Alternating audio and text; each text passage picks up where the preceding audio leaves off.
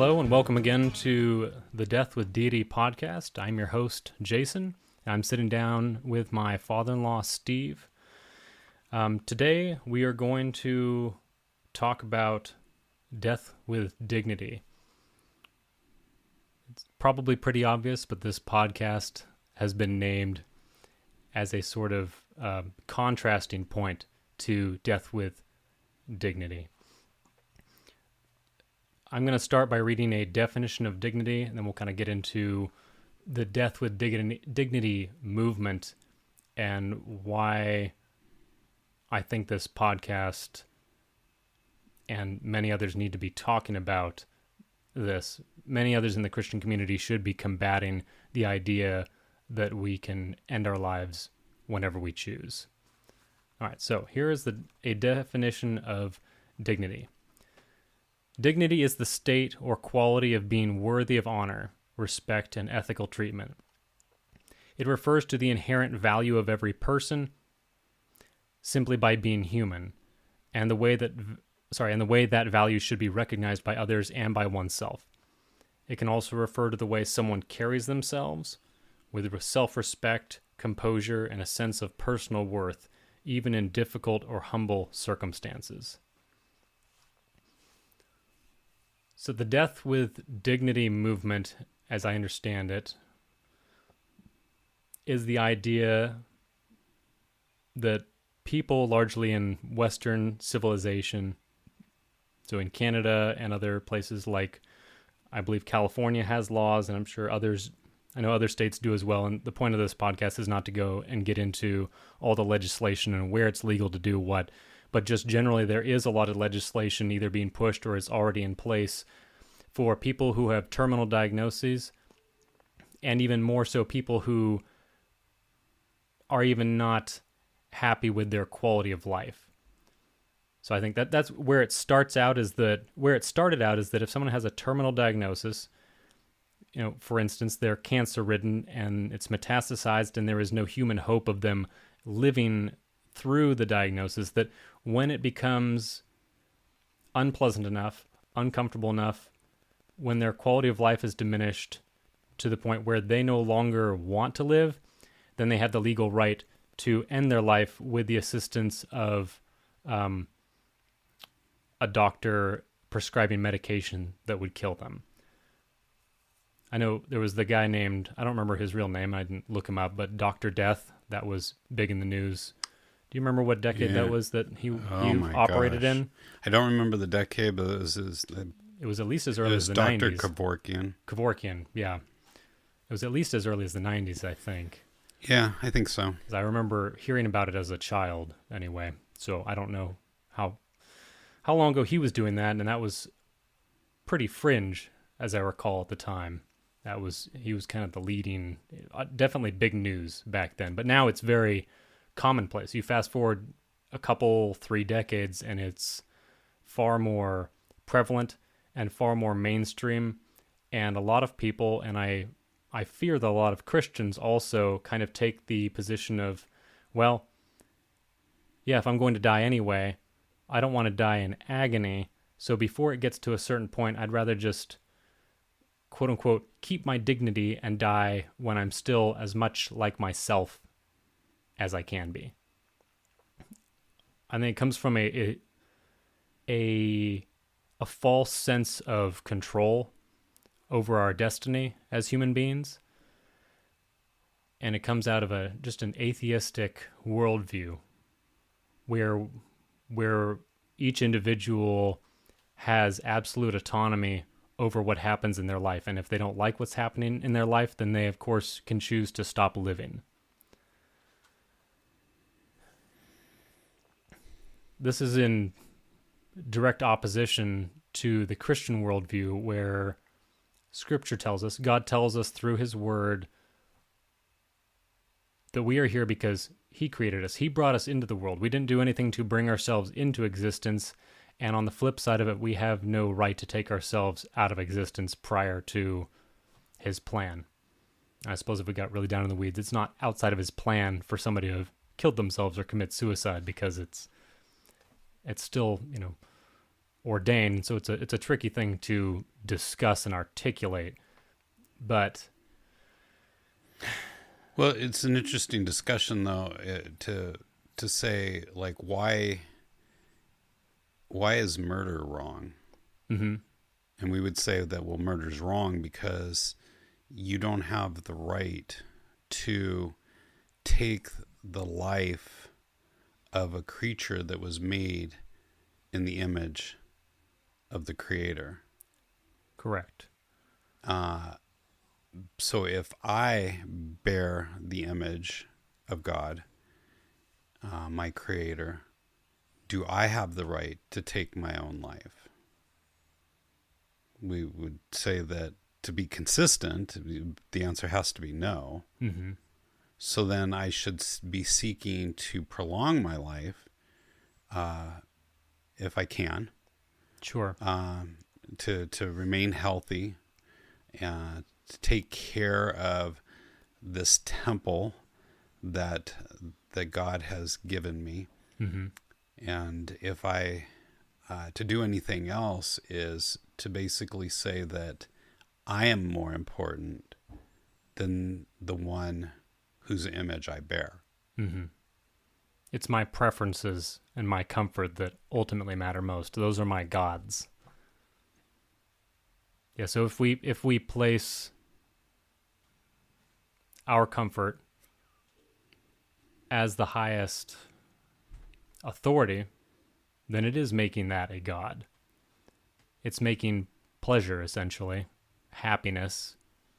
I think it's a form of hedonism, actually, to just say that if I'm not happy, I can kill myself.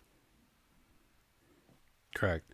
I also think back to the garden, Mm-hmm. and Satan's temptation to Eve was, God is withholding from you, but if you do what he's told you not to do, then he knows that you'll be like him.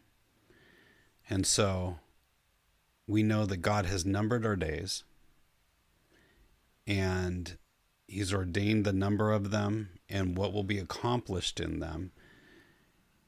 And in that act of saying, no, I'm going to end my life on this particular day, Mm-hmm. whether it's, assisted or not assisted is really irrelevant. But the point is I'm going to bring it to an end at this point, Mm-hmm. is for me to say, see, I am like God. I can be the determiner of My fate. the number of my days. Yeah. I'm not going to get one more extra day. It ends now. So, Or rather, I'm not going to give one more day. Because I don't think that perspective doesn't view it as getting another day. They're not. The perspective is wrong. We are to give of ourselves. If we were to be like Christ, we're to give of ourselves. So we're not really.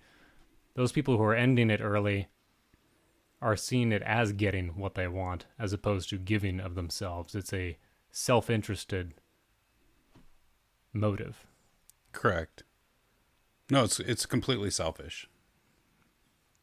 Which is a very unpopular thing to say. And anyone who is listening to this, who is in great suffering, I'm sure it seems very insensitive and, oh, these guys talking don't know what it's like to be in this level of pain.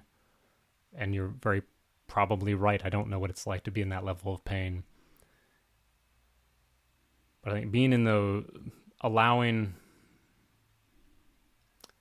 it just shows that your overall philosophical framework is not oriented correctly. And if you don't have that very solidly in place, if you don't have a sure foundation, then when difficulties come along, your house will crumble. It's like there's that childhood song my kids love. The wise man built his house upon the rock, and when the rains came down and the flood came, the house stood firm on the rock. But the foolish man built his house on the sand, and when the rains came and the floods came up, then that house was carried away, it was destroyed. And so if you do not build on Christ the rock, if you do not order your mind correctly, then when the storms come, it will bring you down. Very much so. And I think that, you made the point that you haven't maybe experienced the pain and suffering that somebody else is going through. And I know that there are plenty of people out there going through various levels of pain and suffering that I couldn't relate to. But I also know what it's like to wake up every day and realize that life is difficult and it's not what it used to be. And so there can be that sense of suffering that's not pure always physical. And maybe physical suffering is harder to endure. But maybe, I don't know. The emotional, like, depression. Yeah, you could argue there would be people out there arguing that. There are people arguing that. Emotional depression. Like I said earlier, it starts at you have a terminal illness, and so your physical well-being is what you can kill yourself for. But that's being translated already to, are you not happy with your state of life? Your so-called quality of life? You're not able to go jet skiing anymore? It gets that frivolous. Eventually, the logic carries to being to a very frivolous level. Well, when you're riddled with anxiety and, like you said, depression, you can see the sunrise of a new day and have no hope that day is going to be any better than the last 25 days or the last 365 days. And so you just ask yourself, why keep going? Why keep going if there's no hope? And that's ultimately, I think, where the distinguishing of a Christian perspective versus somebody who has no faith is really found. It's found in that reality of that there's no hope. So why do something if there's no hope? And so I think that at the end of the day,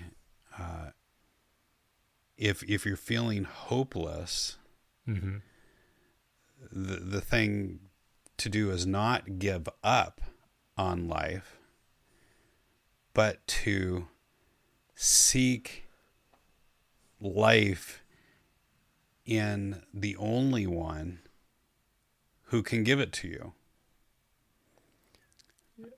Ultimately, if we don't seek a purpose higher than our own comfort, life will seem hopeless to us at some point or other, whether it's in our 20s or our 80s. Everyone, regardless of their position in life, is going to have an existential crisis if they don't have their hope founded in something other than themselves. So this hyper-individualism that the West is increasingly known for is futile. There's no hope to be found in just pursuing as much pleasure or wealth or status, happiness, vacations, experiences, tastes. All of that is vanity. It's all going to be gone. You can read Ecclesiastes, and Solomon, who I believe wrote Ecclesiastes, was one of, if not the wealthiest men in the history of the world, and was the wisest man ever to live. And he tested himself with pleasure. He tested himself with knowledge. He had everything that the world could offer, and found it to be vanity, found it to be not fulfilling. Ultimately, the object of man, the only fulfilling thing we can do as mankind, is to seek purpose in our lives, that is greater than ourselves.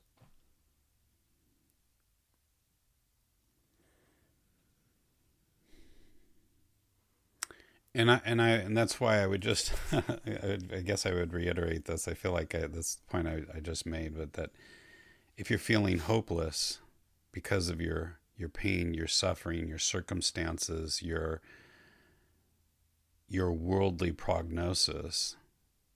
So maybe you haven't been given a terminal prognosis, Mm-hmm.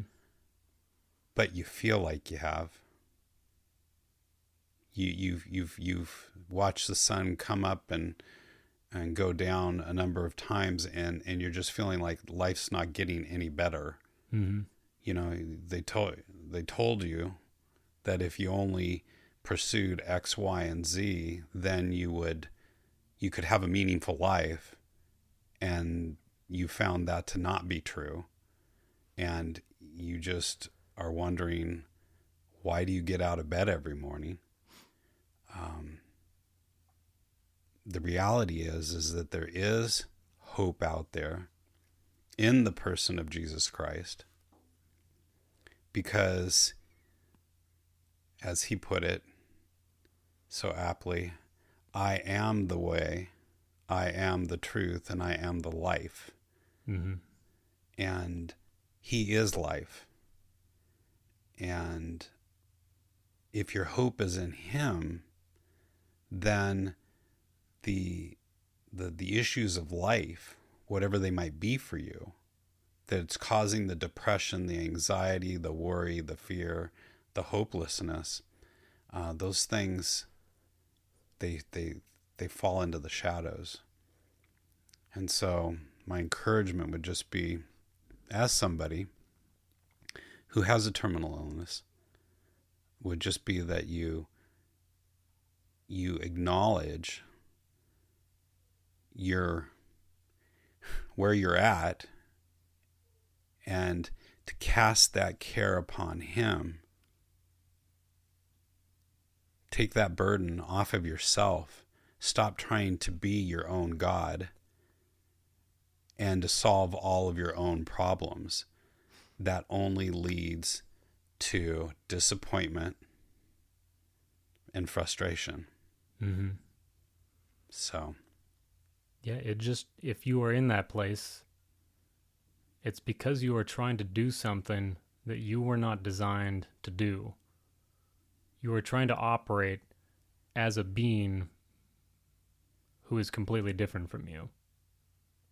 If you're trying to operate as your own God and your